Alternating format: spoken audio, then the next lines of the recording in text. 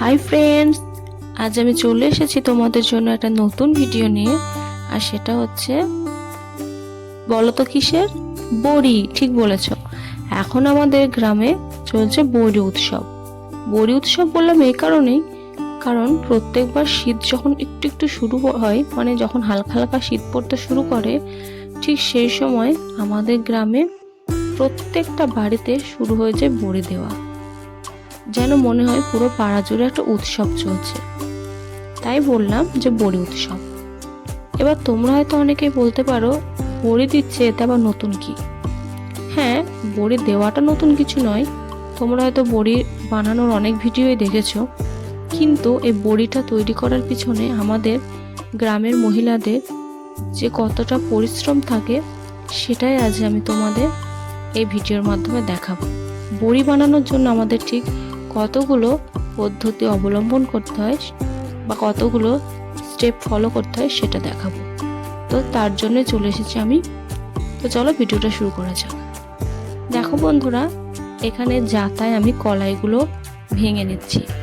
হ্যাঁ বন্ধুরা, এটা কোনো বিউলির ডাল নয়, মানে যেটা বাজারে কিনতে পাওয়া যায় খোসা ছাড়ানো কলাই, সেটা কিন্তু নয় বন্ধুরা। তোমরা চাইলে সেটা দিয়েও বানাতে পারো, কিন্তু এটা হচ্ছে আমাদের ক্ষেতে উৎপাদন করা কলাই। হ্যাঁ বন্ধুরা, তোমরা ঠিকই শুনেছো, এই কলাইটা আমাদের ক্ষেতে উৎপাদন করা হয়। তারপর বাড়িতে নিয়ে আসার পর ঝাড়াই করার পর যে শস্যটা আমরা পাই, মানে যে কলাইটা পাই, সেটা আমরা এইভাবে জাতায় ভেঙে নিই, তারপর কুলোতে ঝেড়ে নিই। তো জাতায় ভাঙার পর দেখো, এখানে আমার শাশুড়ি মা এত বড় একটা কুমড়ো, চাল কুমড়ো, এটা পাকা চাল কুমড়ো, এটা উনি কাটতে বসেছেন। এটা কাটা বন্ধুরা আমার পক্ষে সম্ভব ছিল না, তাই আমার শাশুড়ি মাকে দিয়ে এটা কাটিয়ে নিলাম। তো এবার এটা আস্তে আস্তে আমরা টুকরো করে নেব ছোট ছোট। কুমড়োটা খুবই বড় বন্ধুরা এবং খুবই ভারী, তাই কাটতে সত্যি খুব অসুবিধা হচ্ছিল, কিন্তু তারপরেও আমার শাশুড়ি মা এটা কেটে দিয়েছেন। এবার দেখো, এটাকে ছোট ছোট টুকরো করার পর এর খোসাগুলো ছাড়িয়ে নেওয়া হচ্ছে। আমার ভিডিওটা যদি তোমাদের ভালো লাগে, তবে অবশ্যই ভিডিও নিচে থাকা লাইক বাটনটা ক্লিক করো, আর আমার চ্যানেলটা অবশ্যই সাবস্ক্রাইব করো এরকম ধরনের আরও ভিডিও পাওয়ার জন্য। তো দেখো বন্ধুরা, আমার শাশুড়ি মা যে কুমড়োগুলো ছোট ছোট টুকরো করে খোসা ছাড়িয়ে নিলেন, সেগুলোরই এবার উনি একটা গ্রেটারে, মানে গ্রামে তো গ্রেটার ব্যবহার করা হয়নি, এখানে ব্যবহার করা হচ্ছে একটা থালা। একটা থালাকে প্রথম পেরেক দিয়ে ফুটো করে নিয়ে তারপর ওটাতে আমরা কুমড়োটা ঘষি। তো আমার শাশুড়ি মা কুমড়োটা ঘষে নিয়েছেন। ঘষার পর একটা জাল, তো একটা জালের মধ্যে কুমড়োগুলো নিয়ে তারপর সেটা ভালো করে জলে ধুয়ে নিচ্ছে।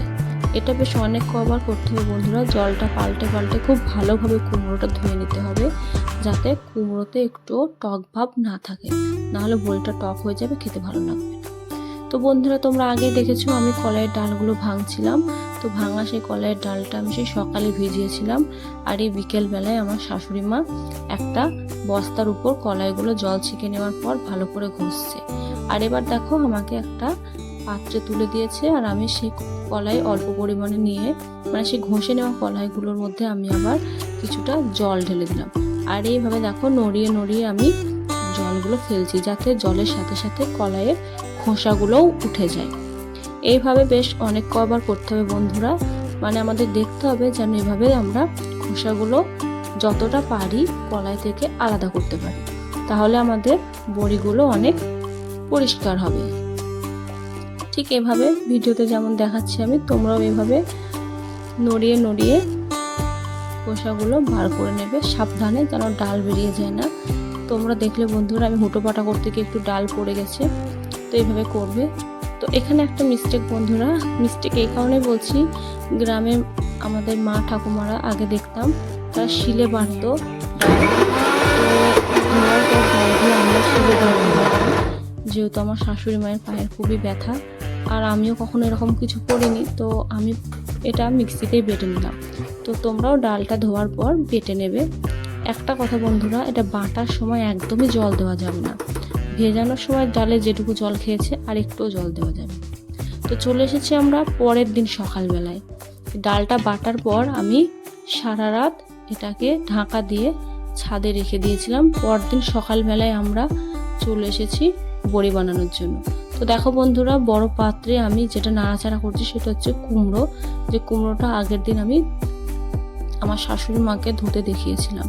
তো ওটা ধোয়ার পর আমরা ভালো করে চিপে একটা দড়িতে ঝুলিয়ে রেখেছিলাম। এবার সেই কুমড়োটাকে প্রথমে আমরা কলাইটার সাথে খুব ভালোভাবে মিশিয়ে নেব। দেখতে পাচ্ছ তোমরা ভিডিওতে, কুমড়োটা আমরা কলাইয়ের ডাল বাটার সাথে খুব ভালোভাবে মিশিয়ে নিচ্ছি। খুব ভালোভাবে মেশাতে হবে বন্ধুরা, তা নাহলে কোনো জায়গায় কুমড়ো থাকবে, কোনো জায়গায় থাকবে না। এই কারণে খুব ভালোভাবে মাখিয়ে নিতে হবে। দেখো বন্ধুরা, মাখানোর পর আমি হাঁড়ি থেকে কিছুটা কলাই বাটা একটা বড় পাত্রে তুলে নিয়েছি। এবার এটাকে এভাবে ফাটিয়ে নিচ্ছি। এটা করলে কি হবে, বড়িগুলো যখন আমরা দেব, বড়িগুলো খুব ভালো ফাঁপা হবে, মানে ভিতরটা একটা ফাঁপা হবে। পরবর্তীতে যখন আমরা এই বড়িটা রান্না করব, তখন বড়ির ভিতরে খুব সহজেই ঝোল ঢুকবে এবং বড়িগুলো খুব সুন্দর সিদ্ধ হবে এবং নরম হবে। এই কারণে ফাটিয়ে নেওয়া। তোমরাও হাতে সময় নিয়ে বেশ অনেকক্ষণ এটা এভাবে ফাটিয়ে নেবে। ফাটানোর পর দেখবে বন্ধুরা, এই ডাল বাটাটা একটা ফাঁপা ফাঁপা ভাব চলে আসবে, তো বুঝতে পারো। তো এখানে দেখো আমি ফাটিয়ে দিচ্ছি একদিকে, আমার শাশুড়ি মা এদিকে উনি বড়িগুলো বসাচ্ছেন। তো দেখো বন্ধুরা, বালি চালার যে চালন হয় সেগুলোকে প্রথমে আমি ভালো করে ধুয়ে শুকিয়ে নিয়েছি। তারপর এর উপর হালকা করে সর্ষের তেল মাখিয়ে নিয়ে তারপর বড়িগুলো দিচ্ছি। তাহলে কি হবে, বড়িগুলো খুব সহজে উঠে আসবে। তো দেখতেই পাচ্ছ কিভাবে আমার শাশুড়ি মা বড়িগুলো বসাচ্ছেন। এইভাবে বড়িগুলো আমরা রোদে খুব ভালোভাবে শুকিয়ে নেব। যখন শুকিয়ে যাবে তখন বড়িগুলো আপনিই ঝরে যাবে। তো কেমন লাগলো আমার বড়ি বানানোর ভিডিওটা অবশ্যই কমেন্টে জানাবে। আবার দেখা হবে কোন নেক্সট ভিডিওতে। টাটা।